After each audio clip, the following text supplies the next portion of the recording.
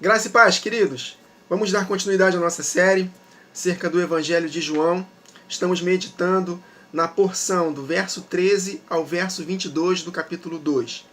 Se os irmãos não puderam assistir as duas últimas gravações, eu recomendo que assistam, porque foram maravilhosas, camadas de revelação assim maravilhosas que Deus me deu, né, pela graça dele. Ele me fez enxergar essas duas camadas de revelações.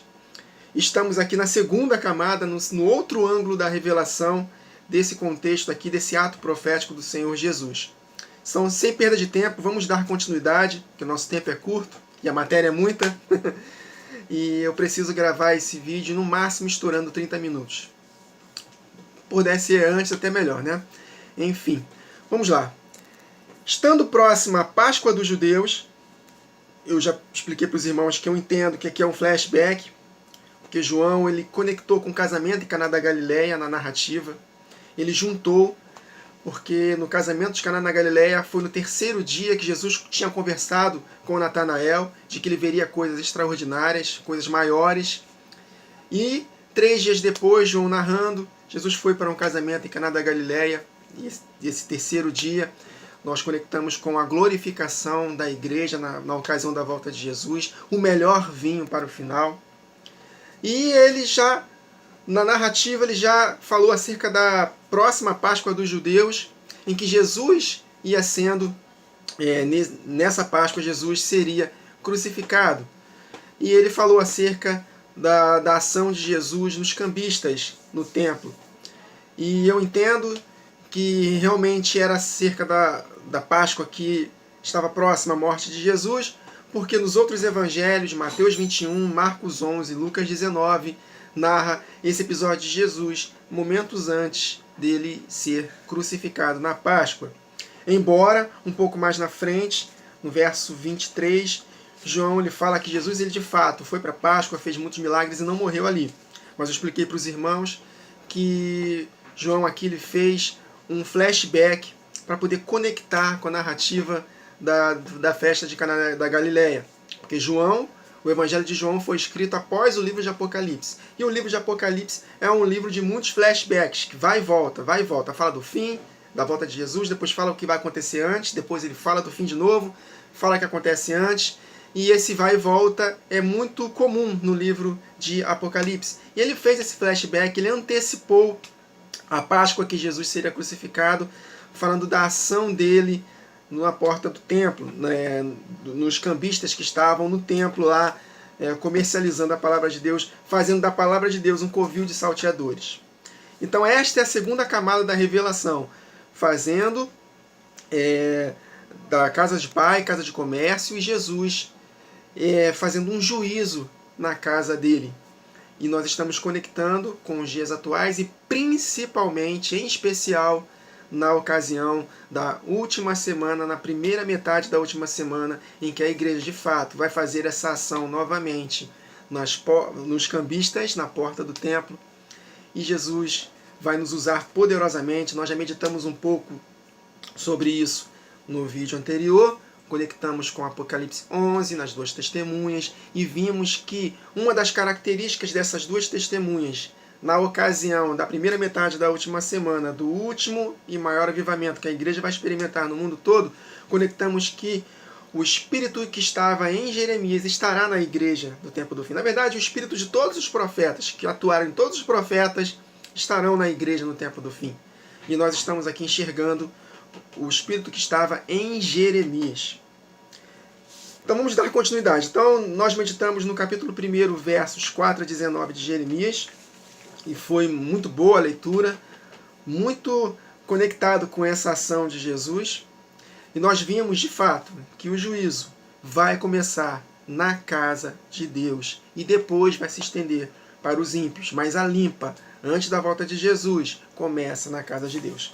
Então vamos ler a porção novamente. Estando próximo à Páscoa dos judeus, subiu Jesus para Jerusalém, e encontrou no templo os que vendiam bois, ovelhas e pombas, e também os cambistas assentados. Tendo feito um azorrague de cordas, expulsou todos do templo, bem como as ovelhas e os bois, derramou pelo chão o dinheiro dos cambistas, virou a mesa e disse aos que vendiam as pombas: tirai daqui estas coisas, não façais da casa de meu pai casa de negócio. Lembraram-se os seus discípulos de que está escrito, Salmo 69, um contexto de tribulação: o zelo da tua casa me consumirá. Por causa do zelo da casa de Deus, Jesus Cristo foi consumido na cruz, e este zelo continua com seu corpo, que somos nós, e por isso nós seremos consumidos num contexto de perseguição. Basta ler o Salmo 69, que nós vamos compreender exatamente isso. Perguntaram-lhe, pois, os judeus: que sinal nos mostras para fazeres estas coisas? E Jesus lhes respondeu: destruí este santuário e em 3 dias eu reconstruirei. Aquilo que eu falei com os irmãos na primeira camada dessa revelação. Replicaram os judeus: em 46 anos foi edificado este santuário, e tu em 3 dias o levantarás? Ele, porém, se referia ao santuário do seu corpo. Nós conectamos, vou falar de novo, que hoje nós somos o santuário dele. Então, nós também seremos destruídos do lado de fora, principalmente na grande tribulação. A igreja sempre foi perseguida ao longo dos séculos. A igreja ela é reputada como ovelha destinada ao matadouro, mas em todas estas coisas somos mais que vencedores, porque Jesus prometeu reconstruir esse santuário em 3 dias. Então, na ocasião da sua ascensão, ele deixou seu corpo aqui, ele prometeu voltar em 2 dias, e no 3º dia ele nos dará a vida. Quando, pois, Jesus ressuscitou dentre os mortos, lembraram-se os seus discípulos de que ele dissera isto, e creram na Escritura. A Escritura aqui é o Antigo Testamento, porque na época o Novo Testamento não estava escrito ainda. E o Antigo Testamento profetizou acerca da morte e ressurreição de Jesus e de tudo que vai acontecer na última semana profética de Daniel.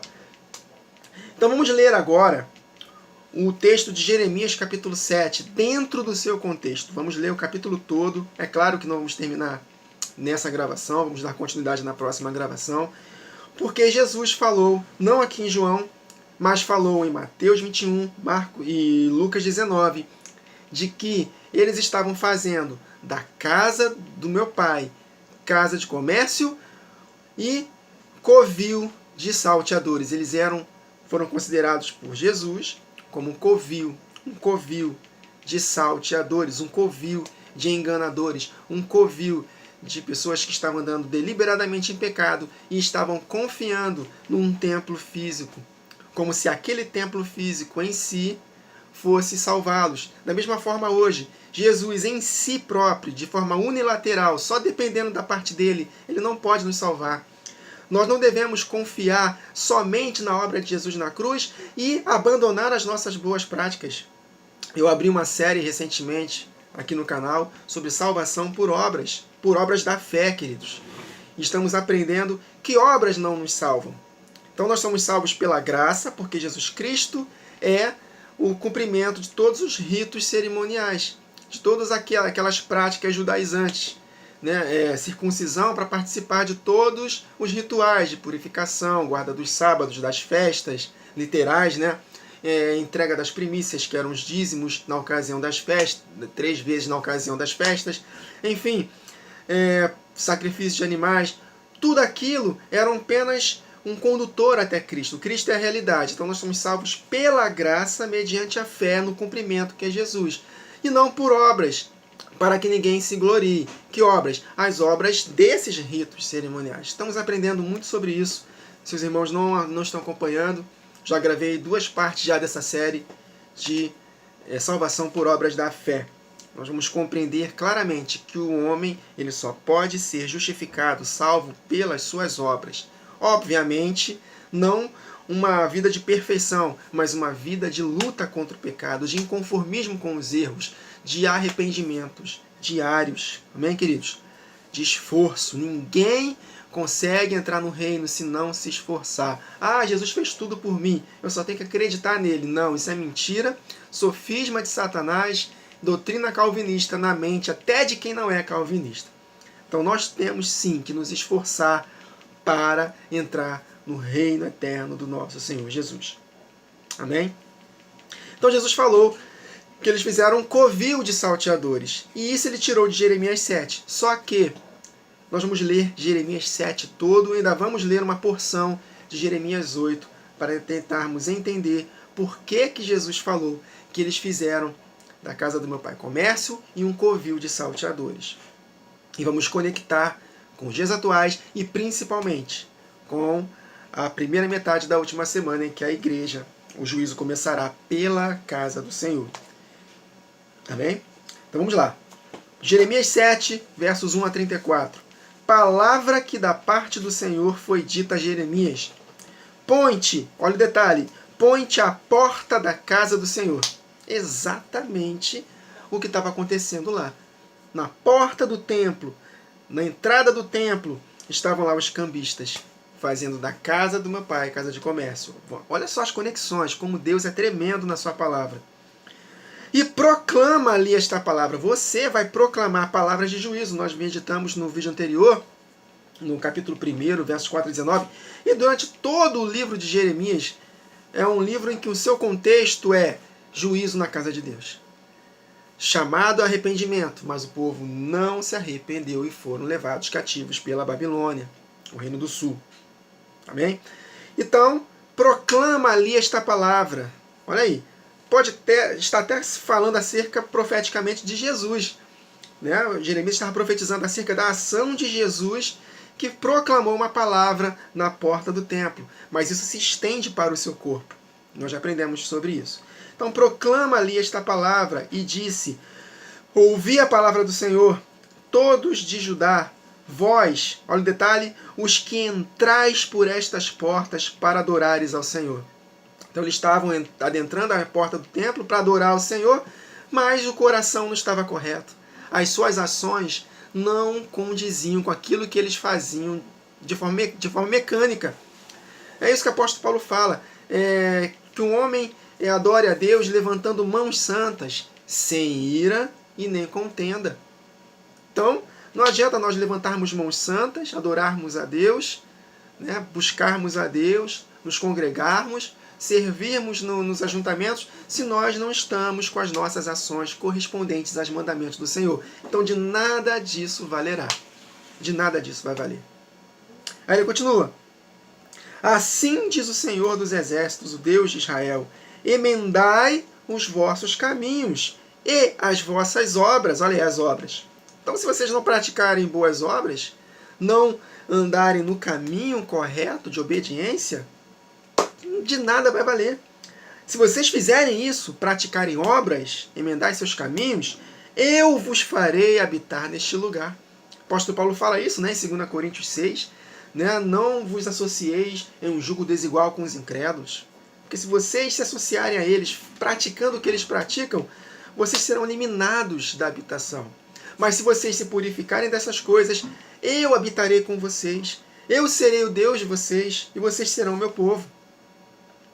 Então emendai os vossos caminhos e as vossas obras, ações correspondentes, obediência. E como consequência, porque vocês praticaram obras, vos farei habitar neste lugar. Verso 4 de Jeremias 7. Olha o detalhe. Não confieis em palavras falsas, dizendo, templo do Senhor, templo do Senhor, templo do Senhor é este. Então, podemos associar os cambistas, eles estavam confiando no templo do Senhor. Deus nos deu essa bênção, essa dádiva, mas as ações não eram correspondentes com aquilo que eles diziam crer. Não basta apenas crer na ação de Deus em si, mas tem que haver resposta.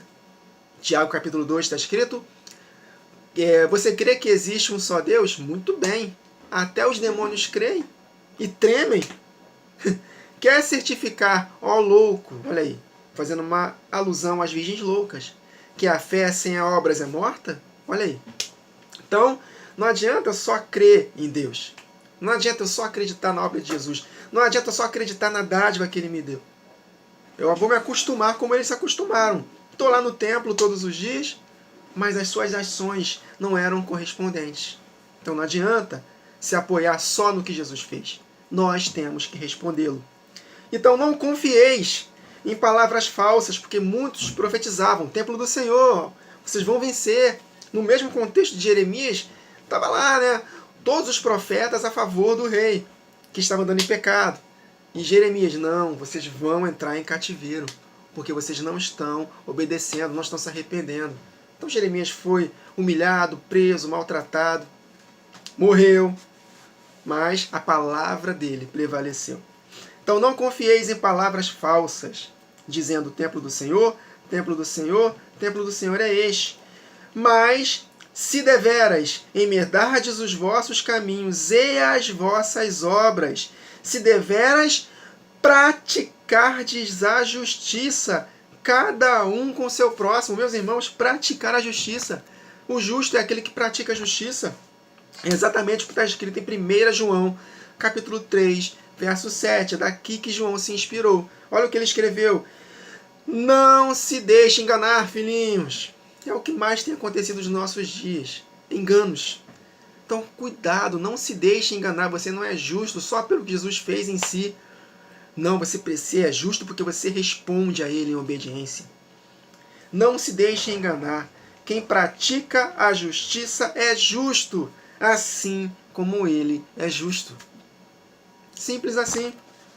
Então, o linho fino que nós vestimos são os atos de justiça dos santos.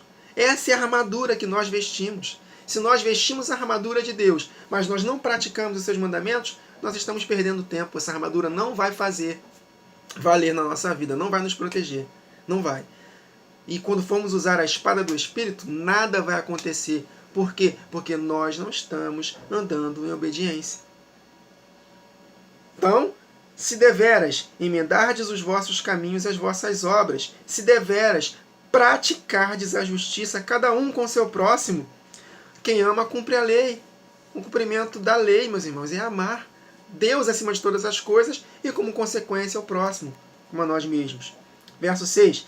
Se não oprimirdes o estrangeiro, o órfão, a viúva, nem derramardes sangue inocente neste lugar, nem andardes após os outros deuses para o vosso mal. E como consequência, se vocês não fizerem isso, verso 7, aí sim, eu vos farei habitar neste lugar, nesse templo que vocês estão habitando aqui, eu vos farei habitar neste lugar. Mas não era um templo literal. Jesus estava profetizando acerca do templo dele, do santuário dele, que está sendo construído desde Adão, meus irmãos. Não é só a partir de Atos, não. Desde Adão, o corpo de Cristo está sendo edificado. Amém? Obviamente, nós contamos 2000 anos da edificação pós-morte de Jesus na cruz. Mas, na verdade, ele está edificando o seu corpo num período de 6.000 anos. Estamos muito próximos do 6º milênio.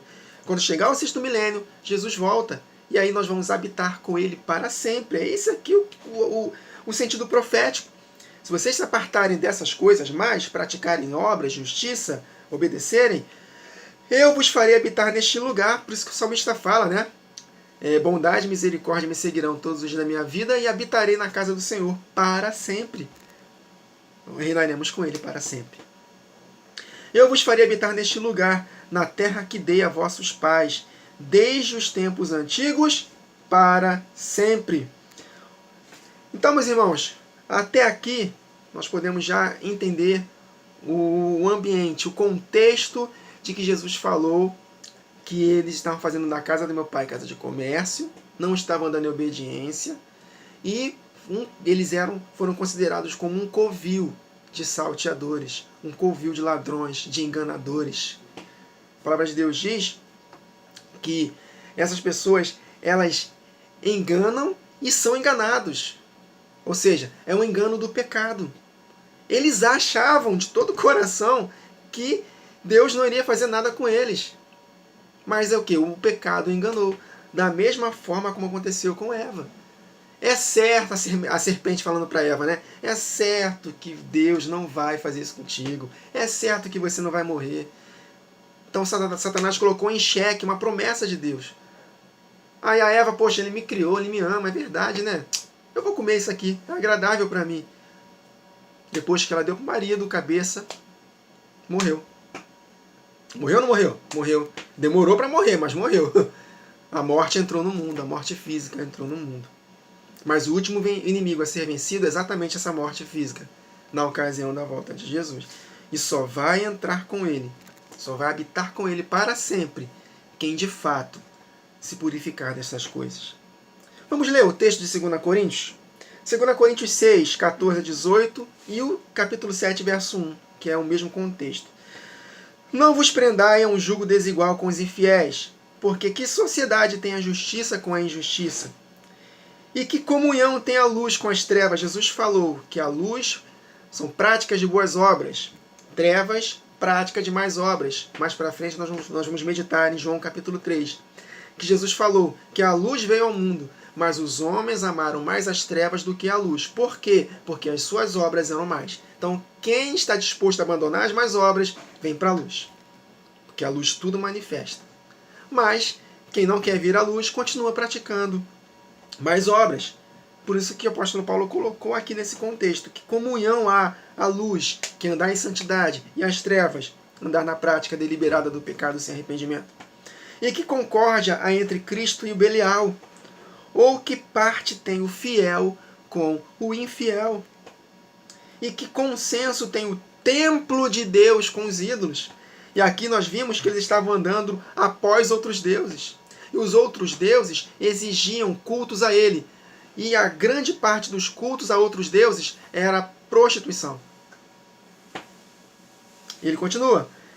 Porque vocês são o templo do Deus vivente. Então não façam do templo de vocês casa de comércio.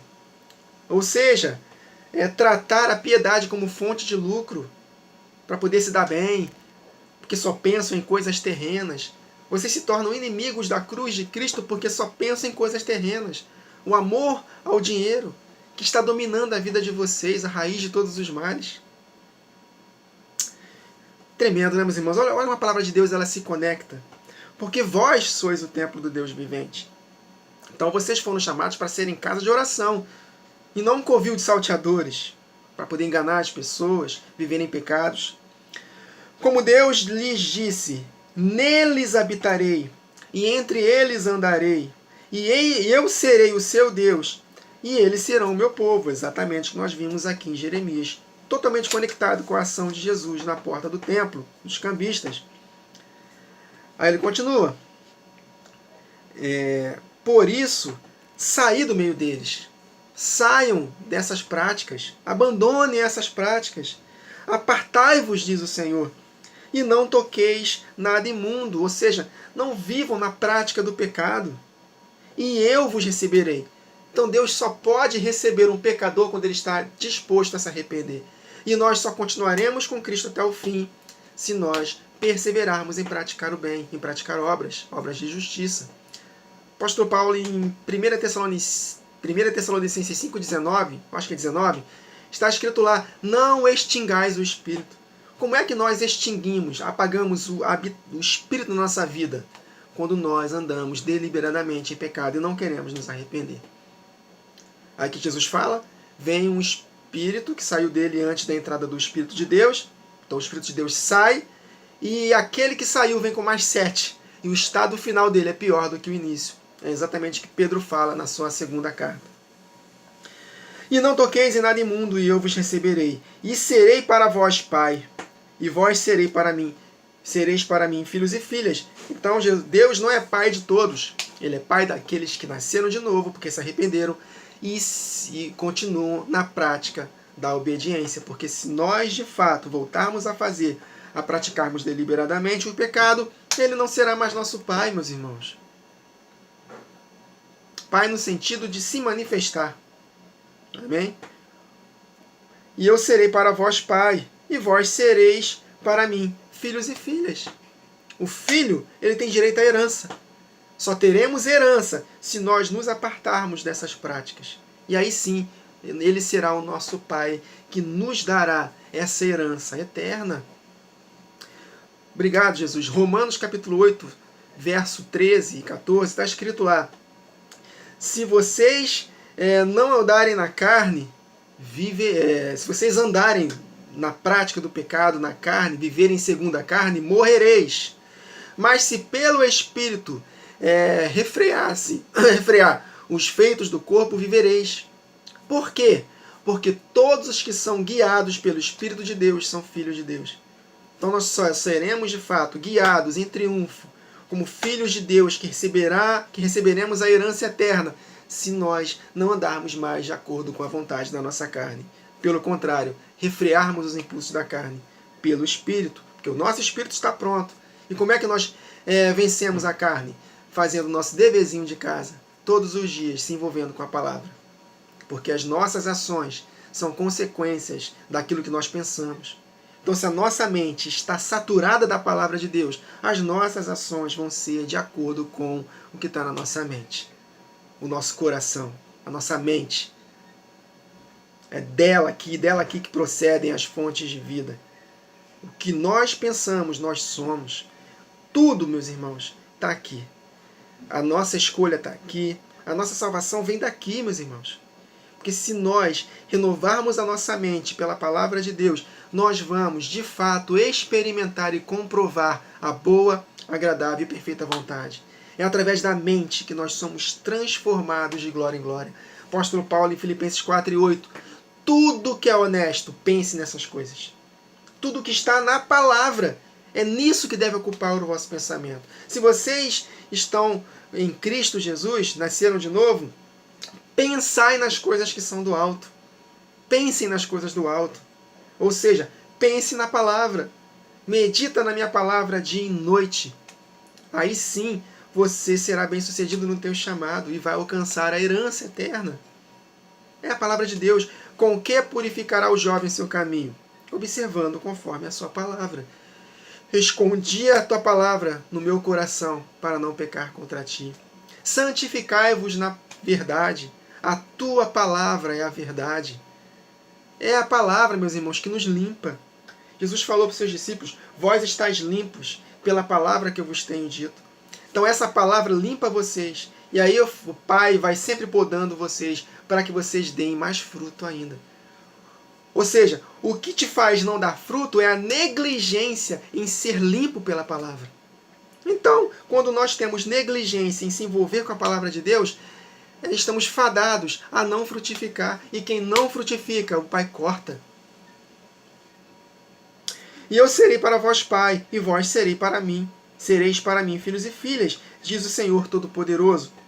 Ora, amados, pois que temos tais promessas de Deus habitar conosco para sempre, de recebermos a herança eterna, o que nós temos que fazer? Purifiquemo-nos de toda a imundícia da carne e do espírito, aperfeiçoando a santificação no temor de Deus. É isso que nós temos que fazer.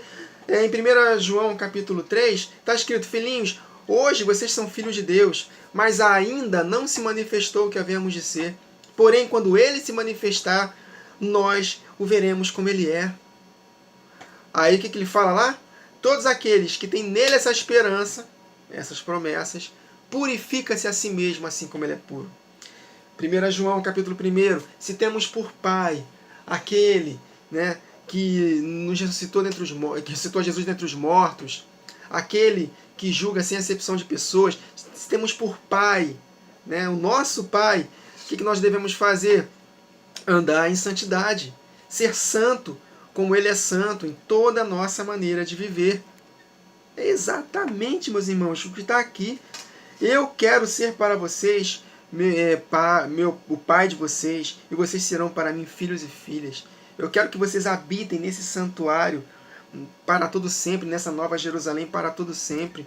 Mas para isso, vocês precisam se purificar desses erros. E é exatamente o texto que nós lemos aqui agora, nessa porção, né, de João capítulo 2, versos 13 a 22. Que Jesus falou que eles estavam fazendo da casa do meu pai comércio um covil de salteadores. E esse covil de salteadores tem um contexto que está em Jeremias 7 e também em Jeremias 8. E também, né, nós lemos Jeremias 1, enfim. Então, meus irmãos, vamos parar aqui. Nós temos muitas verdades para ler.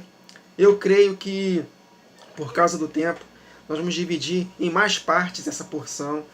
Na leitura de Jeremias, que vamos ler aqui, Jeremias 7, Jeremias 8, vocês vão ver, meus irmãos, como está conectado com a ação de Jesus e tem tudo a ver com os tempos que estamos vivendo e principalmente no período da última semana que vai anteceder a volta de Jesus, em especial na primeira metade, em que as duas testemunhas, que é a igreja, estará cheia de um poder superabundante para tocar trombetas, para trazer juízo, em primeiro lugar, na casa de Deus, e depois se estenderá aos ímpios.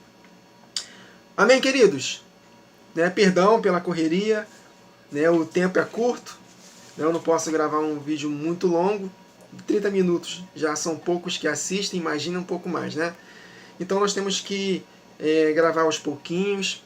Eu vou falar igual eu falei algumas vezes nessa série. Essa série vai ser longa, vai durar bastante tempo. Eu fiz essa série um tempo atrás via WhatsApp. Eu todos os dias praticamente saía na hora do meu almoço e gravava lá na rua, lá andando, que nem um doido, mas um doido de Deus. E essa série durou 136 partes.